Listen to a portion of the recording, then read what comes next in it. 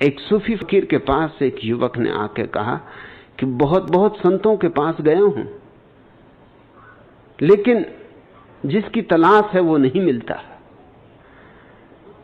अब आखिरी आपके द्वार पर दस्तक दी, बस हताश हो गया हूं। बहुत लोगों ने आपकी तरफ इशारा किया, बड़ी लंबी यात्रा करके बड़े दूर देश से आता हूं, निराश न भेज देना। और ये मेरा अंतिम प्रयास है, कुछ होना हो तो हो जाए, न होना हो तो न हो, बस मैं हार गया हूं। उस फकीर ने कहा, जरूर होगा, क्यों नहीं होगा, लेकिन एक छोटी सी शर्त पूरी करनी पड़ेगी। शर्त बहुत छोटी है। उस युवक ने कहा, मैंने बड़ी बड़ी शर्तें पूरी की। किसी ने योग सिखाया, सिर के बल खड़ा किया तो खड़ा रहा। किसी ने मंत्र पढ़वाए तो वर्षों मंत्र दोहराता रहा। किसी ने उपवास करवाए तो उपवास किए, भूखा मरा। जिसने जो कहा वही किया। ऐसी कौन सी शर्त होगी जो मैंने पूरी नहीं की? तुम भी अपनी छोटी शर्त कह दो, जरूर पूरी करूंगा। और उस फकीर ने कहा, ये सब बड़ी बड़ी बातें, ये मुझे नहीं करनी।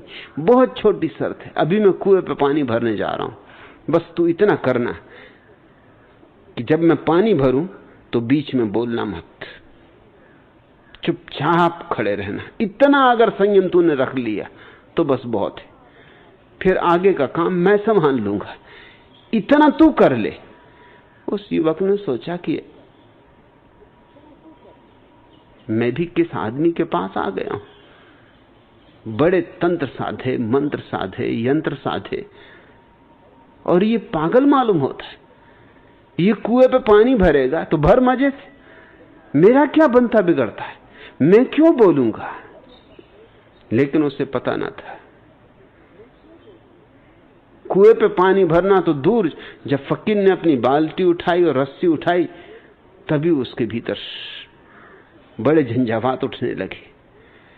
लेकिन अपने को संभाला, याद रखा कि उसने कहा कि बोल नहीं मत, मगर न रहा जाए। फिर भी अपने पे संयम रखा। पुराना संयमी था, लंबा अभ्यासी था। अपनी जवान को कस के पकड़े रहा, ओंठों को बंद रखा, इधर उधर देखा कि देखो ही मत, न देखोगे न प्रश्न उठेगा। और थोड़ी ही देर की बात है, कुएं पे फकीर पहुंचा, उसने बाल्टी में रस्सी बांधी। युवक यहां वहां देखे। फकीर ने कहा, यहां वहां देखने की जरूरत नहीं, जो मैं कर रहा हूं उसको देख और चुपचाप खड़ा रहे, बोलना मत, प्रश्न उठाना मत। इतनी शर्त तू पूरी कर देना, बाकी मैं सब कर लूंगा।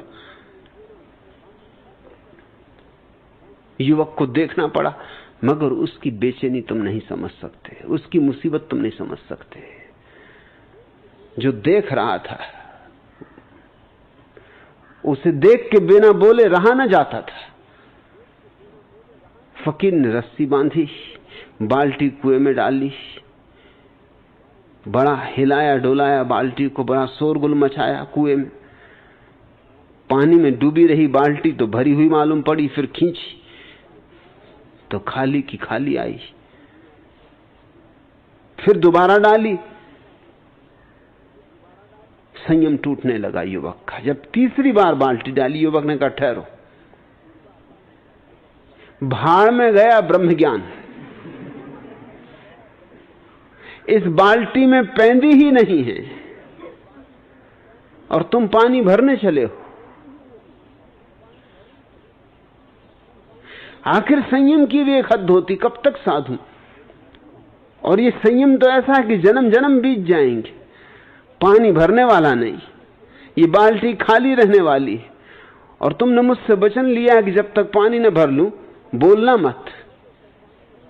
मैं तो बोलूंगा, और तुमसे कह देता हूं कि तुमसे क्या खाक मुझे मिलेगा। अभी तुम्हें खुद ही ये पता नहीं है कि बिना पैंदी की बाल्टी में पानी भरने चले हो, तुम क्या मुझे ब्रह्म ज्ञान दोगे।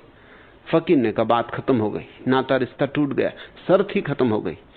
जब तू छोटा सा भी काम पूरा ना कर सका, अरे बस ये आखिरी बार था।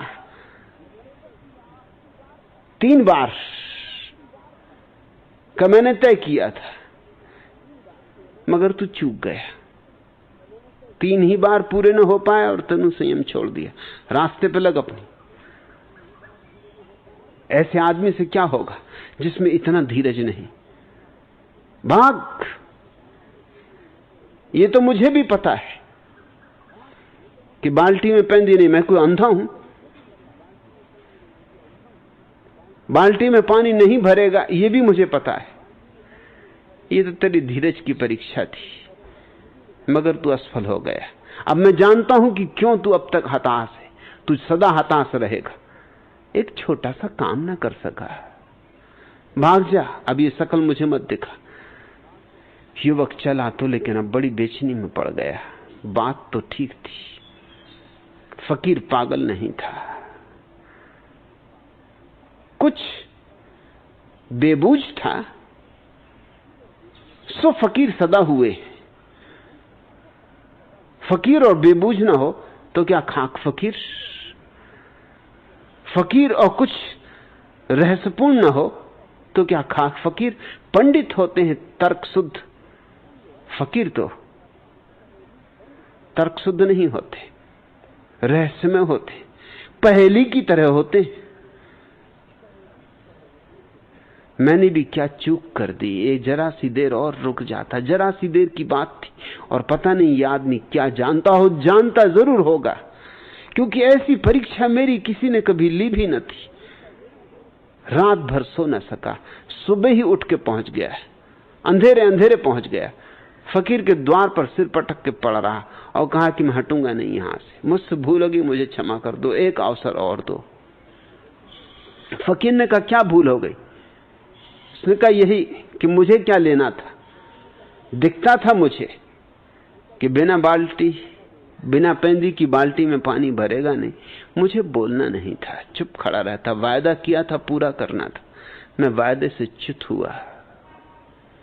फकीर ने कहा अगर इतना तुझे दिखाई पड़ गया कि बिना पेंदी की बाल्टी में पानी नहीं भरता, तो मैं तुझसे ये कहना चाहता हूं कि तेरे भीतर भी पेंदी नहीं है, इसलिए ऊर्जा इकट्ठी नहीं होती। ऊर्जा इकट्ठी ना हो तो तू कैसे ब्रह्म को जानेगा? ब्रह्म को जानने के लिए ऊर्जा चाहिए, ऐसी ऊर्जा कि ऊपर से बह उठे।